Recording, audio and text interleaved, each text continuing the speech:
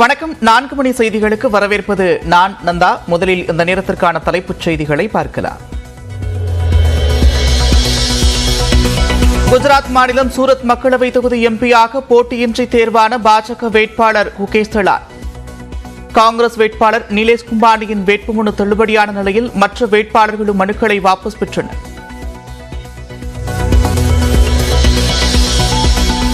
சட்டவிரோத பணப்பரிவர்த்தனை வழக்கில் சென்னை நீதிமன்றத்தில் ஆஜர்படுத்தப்பட்ட முன்னாள் அமைச்சர் செந்தில் பாலாஜி நீதிமன்ற காவலை வரும் 25ஆம் தேதி வரை நீட்டித்து நீதிபதி உத்தரவு.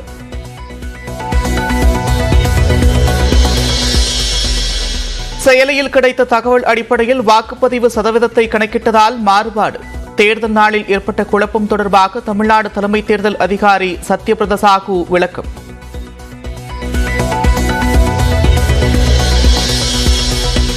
சென்னையில் 3 மக்களவை தொகுதிகளில் வாக்குப்பதிவு சதவீதம் குறைந்தது ஏன் என்று ஆராய முடியவில்லை. தமிழ்நாடு தலைமை தேர்தல் அதிகாரி சத்யபிரத சாஹூ தகவல்.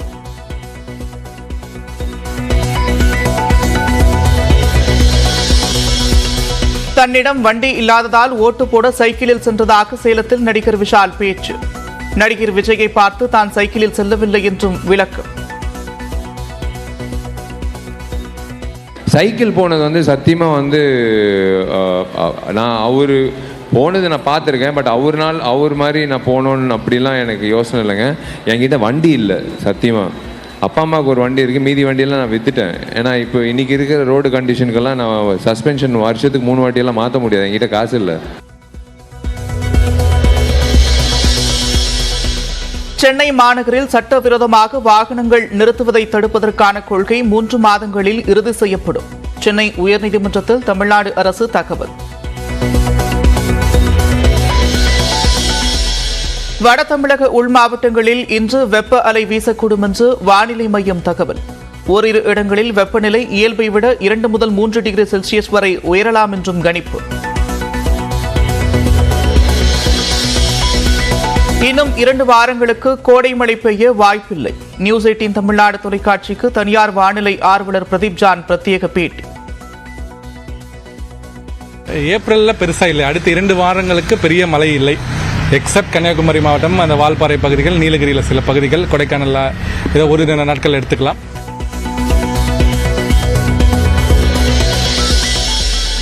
திருப்பத்தூர் அருகே சுட்டரிக்கும் வெயிலால் தீப்பிடித்த பல்சர் 200cc பைக்.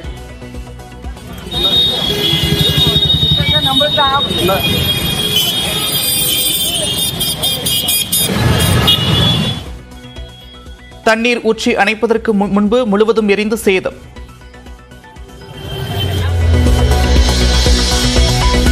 மதுரை வந்தடைந்த கள்ளழகருக்கு உற்சாக எதிர் சேவை அளித்த பக்தர்கள். புதூர் மண்டகப்படி பகுதியில் பல்லாயிரக்கணக்கான மக்கள் காத்திருந்து தரிசனம்.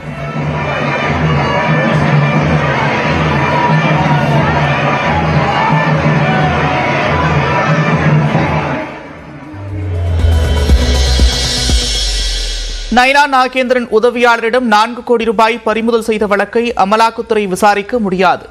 சட்டவிரோத பணப்பரிவர்த்தனை பிரிவின் கீழ் வராது என்று உயர்நீதிமன்றத்தில் அமலாக்கத்துறை விளக்கம். 4 கோடி ரூபாய் பறிமுதல் விவகாரத்தில் காவல்துறையிடம் விளக்கமளித்த நைனா நாகேந்திரன் தரப்பு வழக்கறிஞர். விசாரணைக்கு நைனா நாகேந்திரன் ஆஜராக 10 நாட்கள் அவகாசம் கேட்பு. நாடு முழுவதும் பல்வேறு மாநிலங்களில் வெப்ப அலை வீசும் நிலையில் இந்திய தேர்தல் ஆணையம் ஆலோசனை. வாக்காளர்களுக்கான பாதுகாப்பு நடவடிக்கைகள் தொடர்பாக பல்வேறு துறைகளிடம் கருத்து கேட்பு. கேண்டிடேட் செஸ் தொடரை வென்ற குகேஷ் இந்தியாவிற்கே பெருமை. கோடிக்கணக்கான இந்திய இளைஞர்களுக்கு ஊக்கமாக திகழ்கிறார் என்றும் பிரதமர் மோடி பாராட்டு. கேண்டிடேட் செஸ் தொடரை இளம் வயதில் வென்றது மிகுந்த மகிழ்ச்சி அளிக்கிறது. கனடாவின் டோரண்டோவில் இருந்து நியூஸ் 18 தமிழ்நாடு தொலைக்காட்சிக்கு குகேஷ் பிரத்யேக பேட்டி. இது ஒரு கேண்டிடேட்ஸ்ன்றது ஒரு பயங்கர சேலஞ்சிங்கான டோர்னமெண்ட். ஸோ கேண்டிடேட்ஸ் ஆடுறது, கேண்டிடேட்ஸ் வின் பண்ணுறதுன்ற நிறைய செஸ் பிளேயர்ஸோட ட்ரீமாக இருந்திருக்கும். ஸோ இப்போது இந்த அச்சீவ்மெண்ட் நான் பண்ணதில் எனக்கு ரொம்ப ரொம்ப சந்தோஷம். வெள்ளையங்கிரி மலை பயணம் செல்லும் பக்தர்களுக்கு வனத்துறை புதிய அறிவுறுத்தல். அனைவரும் முழு உடல் பரிசோதனை செய்த பிறகே மலையேற வேண்டுகோள்.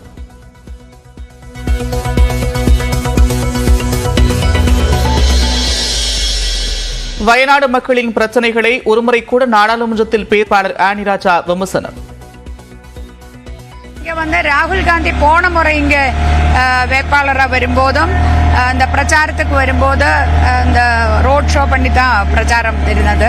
ஒரு முறை கூடி இந்த மக்கள் பிரச்சனையை பற்றி பாராளுமன்றத்தில் ஒரு முறை கூடி பேசியது கிடையாது. 1984 முதல் வெற்றி பெற்றாலும் சூரத் மக்களவை தொகுதியில் மேட்ச் பிக்சிங் செய்யும் அளவிற்கு வணிகர்களின் துயரமும் கோபமும் பாஜகவை அச்சுறுத்தியிருக்கிறது. தேர்தல் ஜனநாயகம் அரசியலமைப்பு அச்சுறுத்தலுக்குள்ளாகியிருப்பதாகவும் காங்கிரஸ் மூத்த தலைவர் ஜெய்ராம் ரமேஷ் கருத்து. மேற்கு வங்கத்தில் ஆசிரியர் பணி நியமன ஊழல் வழக்கை சிபிஐக்கு மாற்றிய கொல்கத்தா உயர்நீதிமன்றம் 24,000 பேரின் பணி நியமன ஆணைகளையும் ரத்து செய்து உத்தரவு. குறிப்பிட்ட அரசியல் கட்சிக்கு நடிகர் ரன்வீர் சிங் ஆதரவு திரட்டுவது போல டீப் ஃபேக் வீடியோ வெளியான விவகாரம். நடிகரின் புகாரை தொடர்ந்து வழக்கு பதிவு செய்த சைபர் கிரைம் போலீசார்.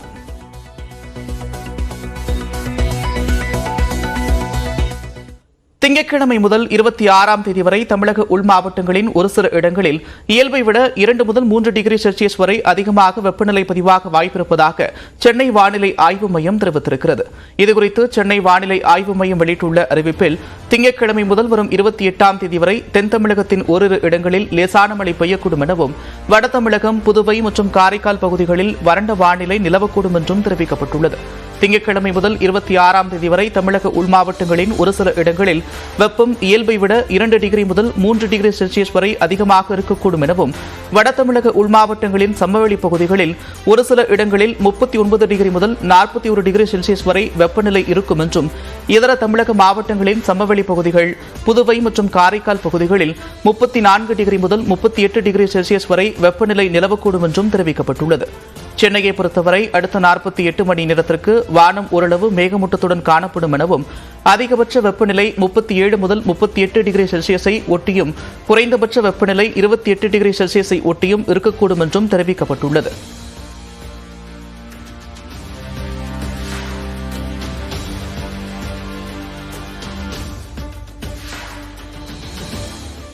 சென்னையில் வெயிலின் தாக்கம் குறித்து பொதுமக்கள் தெரிவித்துள்ள கருத்துக்களை தற்போது பார்க்கலாம். இப்போ அதிகமாக தான் இருக்குது. வெளியில் வர முடியல. நம்மள மாதிரி வயசானவங்களாம் எவ்வளோ வேலைகள் இருக்கணும், வெளியில் வர முடியல. ரொம்ப வெயிலாக இருக்குது. என்ன செய்ய முடியும்? ஆட்டோவில் போயிட்டுருக்கோம், பஸ்ஸில் தான் போவோம் எப்பவுமே. இப்போ ஆட்டோவில் போயிட்டுருக்கேன். வெயில் ரொம்ப ஜாஸ்தியாக தான் இருக்குது. நான் மார்க்கெட்டிங்கில் இருக்கேன். கொஞ்சம் ஜாஸ்தியாக தான் இருக்குது. வண்டி சுத்தமாக ஓட்டவே முடியல. பல பிரச்சனைகள் வருது. அனல் தாகம் ரொம்ப ஓவராக கடுமையாக இருக்குது. வண்டி ஓட்ட முடியல. வண்டி ஓட்டாமல் வீட்லேயும் இருக்க முடியல. குடும்ப சூழ்நிலை அந்த மாதிரி இருக்குது. வெயில் இந்த வருஷம் அதிகமாக இருக்குது. போன வருஷம் ஆச்சு மழை கொஞ்சம் கொஞ்சம் வந்துச்சு, கோடை மழை. இந்த மாதிரி வருஷத்தில் ஒன்றும் வரல. அதனால அதிகமாக வெப்பம் இருக்குது. அதிகமாக இளநீ சேல்ஸ் ஆகிட்டு தான் இருக்குது. காய் வரல, அதிகமாக வரல. வெயில்லையா தலை சுத்தம். சுகர் பேஷண்ட்டாக இருந்தால் சுகர் மாத்திரை கரெக்டாக போடணும். ப்ரெஷர் ஏறும், படப்படப்பாக வரும், உட்காந்து டயர்ட்னஸ் வரும். அவ்வளோதான். தமிழ்நாடு முழுவதும் வெயில் வாட்டி வதைக்கும் நிலையில் வெப்பத்திலிருந்து பாதுகாத்துக் கொள்ள பருத்தி ஆடைகளை அணிய வேண்டும் என்று தொற்றுநோய் சிறப்பு மருத்துவர் கிருபா தெரிவித்திருக்கிறார். அவருடன் நமது செய்தியாளர் குருசாமி நடத்திய கலந்துரையாடலை பார்க்கலாம். சமாளிப்பதற்கு பொதுமக்கள் என்ன மாதிரியான தடுப்பு நடவடிக்கைகளை மேற்கொள்ளணும்? வெயிலோட தாக்கம் இப்ப நம்ம பார்த்தோம் அப்படின்னா எல்லா மாநிலங்களும் இருக்கு. முதல்ல இது யாரெல்லாம் பாதிக்கும் அப்படின்னு நம்ம பார்த்தோம் அப்படின்னா எக்ஸ்ட்ரீம்ஸ் ஆஃப் ஏஜ் நம்ம சொல்லக்கூடிய, அதாவது குழந்தைகள் பருவமும் மற்றும் 60 வயசுக்கு மேல இருக்கிறவங்கள தான் வந்து பெரும்பாலும் இது பாதிக்கும்.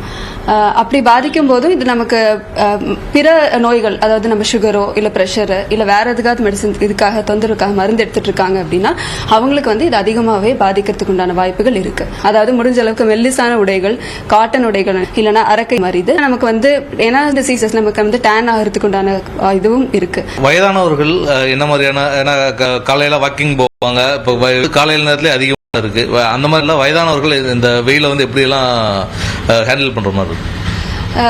வாக்கிங் வந்து கண்டிப்பாக அவங்களோட ரொட்டீன் இதில் ஒரு முக்கியமான இதுவாக இருக்கும். ஸோ அதனால் முடிஞ்ச அளவுக்கு 6 மணிக்கு முன்னாடி, அதாவது வெயிலோட தாக்கம் ஆரம்பிக்கிறதுக்கு முன்னாடி போகிறது ப்ரிஃபரபிள். அதே மாதிரி போகும்போது கண்டிப்பாக கூட வந்து ஒரு தண்ணி பாட்டில் ஒன்று எடுத்துகிட்டு போகிறதும். இன்னொரு முக்கியமான விஷயம் என்னென்னா, எங்களுக்கு சடனாக இந்த மாதிரி மயக்கம் வந்தது, குழப்பம் மாதிரி வந்தது அப்படின்னா அவங்களை ஐடென்டிஃபை பண்ணி ஹாஸ்பிட்டல் கூட்டிகிட்டு போகிறதே நமக்கு ஒரு பெரிய சேலஞ்சாக தான் இருக்கும். ஸோ அதனால் அவங்களோட ஐடென்டிட்டி, அதாவது அவங்களோட பேர், விலாசம், கான்டாக்ட் நம்பர், அந்த ஸ்லிப்பை எப்போவுமே அவங்க கையில் வச்சுக்கிறதும், கூடவே ஒரு தண்ணி பாட்டில் வச்சுக்கிறதும், ஃப்ரீக்வெண்ட்டாக கேப் எடுத்து ஒரு மாதிரி எக்ஸாஷன் ஆகாமல் பார்த்துக்கிறது வந்து ரொம்ப அவசியம். இந்த வெயில்னால அந்த உடல் கருக்கிறது, குறிப்பாக இந்த வெயில்னால அந்த முகம் கருத்து போகிறது, இந்த மாதிரியான இதெல்லாம் இருக்கும். இதுக்கு இது போன்றதை தவிர்க்கிறதுக்கு என்ன செய்யணும்? ஒன்று, வெயிலில் போக வேண்டிய அவசியம் கட்டாயம் இல்லை அப்படின்னா முடிஞ்ச அளவுக்கு வீட்டுக்குள்ளேயே இருக்கிறது. அப்படி இன்கேஸ் நம்ம வெளியில் போகிற மாதிரி இருந்துச்சு அப்படின்னா ஃபுல்லாக நம்ம வந்து சன்ஸ்கிரீன்ஸ் அப்ளை பண்ணுறதும் ப்ளஸ் முகக்கவசம் அதை போட்டுக்கிறது கூட இதுக்கு ஹெல்ப் பண்ணும். இல்லை அப்படின்னா வந்து ஹேண்ட் க்ளவுஸ், லென்ஸ் ஸ்லீவ்ஸ் மாதிரி போடுறது. அண்ட் இதையும் தாண்டி ஹைட்ரேஷன் வந்து கண்டிப்பாக வந்து இன்க்ளூடிங் ஸ்கின் கேருக்குமே வந்து ஹெல்ப் பண்ணும். ஸோ தண்ணி நிறைய குடிக்கிறது, ஜூஸ் நிறைய குடிக்கிறது, இளநீர் மாதிரி நிறைய குடிக்கிறது, ஃப்ரூட் ஜூஸஸ் அண்ட் நமக்கு வந்து வெஜிடபிள் ஜூஸுமே வந்து ஸ்கின்னோட டெக்ஸ்டரையோ டோனையோ மெயின்டைன் பண்ணுறதுக்கு கண்டிப்பாக ஹெல்ப்ஃபுல்லாக இருக்கும்.